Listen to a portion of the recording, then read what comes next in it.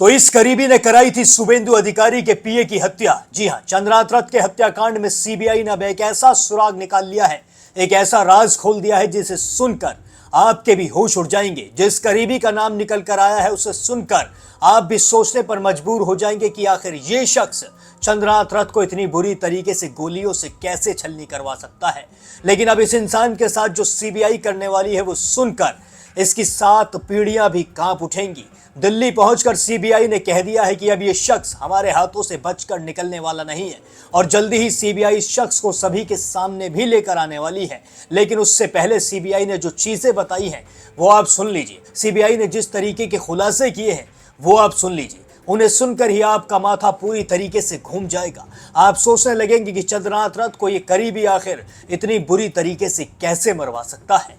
आदाब, नमस्कार, सत श्री अकाल, peace to be with you दोस्तों। मेरा नाम है जुनैद भाटी और आप देख रहे हैं द न्यूज फीवर। जैसा कि आप सभी जानते हैं, चंद्रनाथ रथ हत्याकांड वक्त के साथ और ज्यादा उलझता जा रहा था। पश्चिम बंगाल पुलिस इस केस को सुलझाने की कोशिश तो कर रही थी, लेकिन ये केस सुलझने की जगह दिन ब दिन उलझता ही जा रहा था। इसी वजह से पश्चिम बंगाल पुलिस ने इस केस को सीबीआई के हाथों में सौंप दिया और जब से ये केस सीबीआई के हाथों में आया है तभी से सीबीआई ने दिन रात एक कर दी है इस केस के लिए। दिन रात एक कर दिया है उस शख्स को ढूंढने कर निकालने में जिसने शुभेंदु अधिकारी के पीए को मौत के घाट उतरवाया।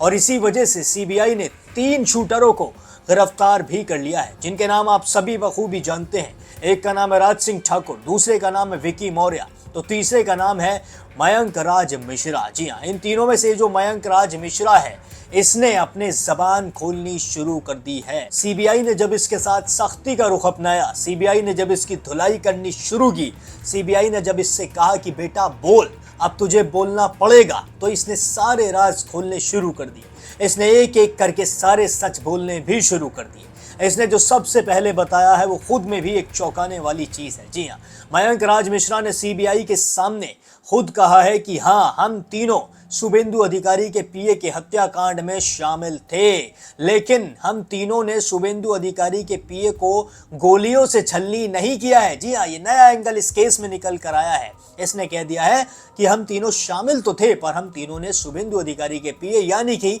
चंद्रनाथ रथ को गोलियों से नहीं भूना था। उन्हें गोलियों से मारने वाला दूसरा शख्स था, जिसका नाम भी सीबीआई को इस मयंक राज मिश्रा ने बता दिया है। ये सुनकर सीबीआई का माथा घूमा। सीबीआई ने कहा कि जब तुम तीनों ने उसे नहीं मारा है तो फिर तुम तीनों यहां करने के लिए क्या आए थे? तो इसने बताया कि जो चंद्रनाथ रथ है उसे बहुत पहले मारना था, यानी कि जब बंगाल में चुनाव हो रहे थे, जब बंगाल में दूसरा फेज था चुनाव का, उसी दौरान चंद्रनाथ रथ को मौत के घाट उतारने की डील हुई थी। और इसी वजह से इन तीनों शूटरों को मेन शूटर बना के वेस्ट बंगाल भी भेजा गया था। जी हाँ, उसी दौरान जब चुनाव चल रहे थे उस दौरान ये तीनों शूटर मयंक राज मिश्रा, विकी मौर्य और राज सिंह ठाकुर पश्चिम बंगाल पहुंच चुके थे। लेकिन उस वक्त पश्चिम बंगाल के अंदर हालात ठीक नहीं थे। लगातार भीड़ भाड़ थी और बहुत ज्यादा सिक्योरिटी भी थी, बहुत सारी फोर्सेस भी थी। वहां पर अमित शाह, पीएम नरेंद्र मोदी का आना जाना लगा हुआ था। तो इसी वजह से ये शूटर चंद्रनाथ रथ को मौत के घाट नहीं उतार पाए थे और वहां से इन्हें खाली हाथ ही वापस लौटना पड़ा था। लेकिन उसके बाद प्लान को पोस्टपोन होने के बाद दोबारा से नई तारीख रखी गई। जी हाँ, 6 मई नई तारीख रखी गई। दोबारा से पूरा प्लान बनाया गया। दोबारा से कहा गया कि 6 मई को चंद्रनाथ रथ को दोबारा से मारने की कोशिश की जाएगी और इस बार उन्हें मारा ही जाएगा। लेकिन इस बार ये जो तीनों शूटर हैं, इन्हें पश्चिम बंगाल भेजने की बात तो हुई, पर इन्हें मेन शूटर नहीं बनाया गया। इनसे कहा गया कि तुम बस गाड़ी लेकर पश्चिम बंगाल पहुंच जाओ। इस बार जो ये राज सिंह ठाकुर है ये पश्चिम बंगाल नहीं गया, ऐसा बताया है मयंक राज मिश्रा ने। जी हाँ, इसी वजह से राज सिंह ठाकुर की जो माँ और बहन है वो सीसीटीवी फुटेज दिखाती नजर आ रही है, जिसमें साफ तौर पर देखा जा सकता है कि जिस वक्त चंद्रनाथ रथ की हत्या हुई है, जिस वक्त उन्हें गोलियों से छलनी किया गया है, उस वक्त राज सिंह ठाकुर अपने घर पर मौजूद है।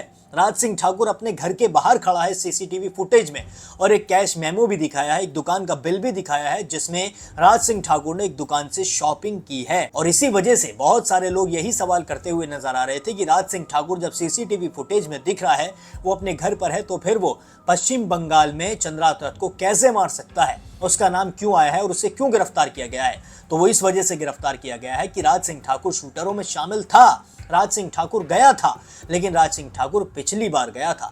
इस बार जब राज सिंह ठाकुर से जाने के लिए कहा गया तो वो किसी कारण की वजह से नहीं जा पाया और इसी वजह से विकी मौर्य और मयंक राज को जाना पड़ा। मयंक राज से यहाँ पर एक गलती हो गई थी और वो गलती ये थी कि मयंक राज ने एक टोल प्लाजा पर जाकर यूपीआई पेमेंट कर दिया, जिसकी वजह से मयंक राज, विकी मौर्य और राज सिंह ठाकुर तक पुलिस पहुंच गई और इन तीनों को गिरफ्तार कर लिया। और अब मयंक राज ने बता दिया है कि दिल्ली में ही वो शख्स मौजूद है जिसके कहने पर यह पूरा हत्याकांड कराया गया है और इसी वजह से अब सीबीआई स्वरूप नगर पहुंच चुकी है। जी हां, दिल्ली के स्वरूप नगर में सीबीआई पहुंच चुकी है और उस शख्स को पकड़ने की पूरी तरीके से प्लानिंग भी बना चुकी है। सीबीआई ने साफ तौर पर कह दिया है कि वो शख्स जल्दी ही हाथ आने वाला है। और तो और सीबीआई ने यह भी कहा है कि वो शख्स शुभेंदु अधिकारी के पीए यानी कि चंद्रनाथ रथ का कोई करीबी ही हो सकता है, क्योंकि इन शूटरों को सारी चीजें मुहैया कराई गई थी, हर चीज के बारे में बताया गया था और तो और 1 से 2 करोड़ रुपए इन शूटरों को दिए भी गए थे। जी हाँ,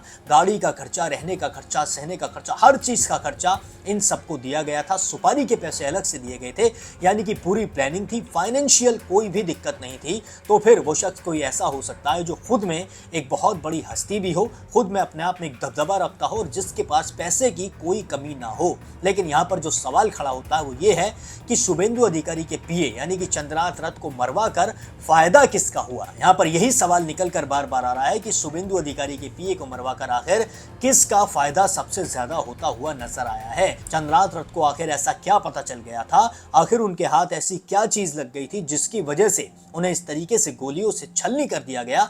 यही सबसे बड़ा सवाल है और इसी सवाल को सीबीआई अब इन शूटरों से और ये जो संदिग्ध शख्स है जिसकी तलाश की जा रही है इससे करती हुई नजर भी आएगी और हो सकता है कि जल्द ही इस सवाल का जवाब मिल जाए, वो संदिग्ध मिल जाए और इस सवाल का जवाब दे सके कि पीए चंद्रनाथ रथ की मौत के पीछे आखिर सबसे बड़ा हाथ किसका है और किसके कहने पर उन्हें मौत के घाट उतारा गया है।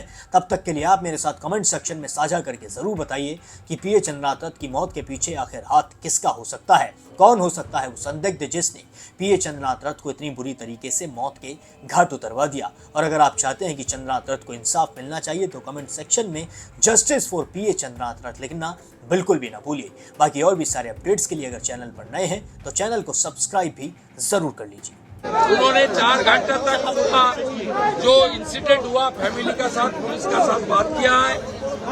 पार्टी की ओर से ऑनरेबल एमपी पार्टी का विशेष ज्योतिर्मय सिंह महातो जी और कम से कम 20 चुने हुए विधायक सब अपने अपने क्षेत्र छोड़कर ये जो हुआ है इसके लिए परिवार का साथ और हमारी वार्कर का साथ रहने के लिए आया है। हम लोग इंतजार करेगा, पुलिस ने कुछ ना कुछ क्लू को मिला है, पुलिस ही कार्रवाई करेगा। डीजीपी देख रहा है, एक हमारी आईपीएस हमारी लीडर भारती जी ने पुलिस का जो इन्वेस्टिगेशन और बीएनएस के अंदर क्या क्या हो सकता है वो उसको बारे में जानकारी इकट्ठा करेगा।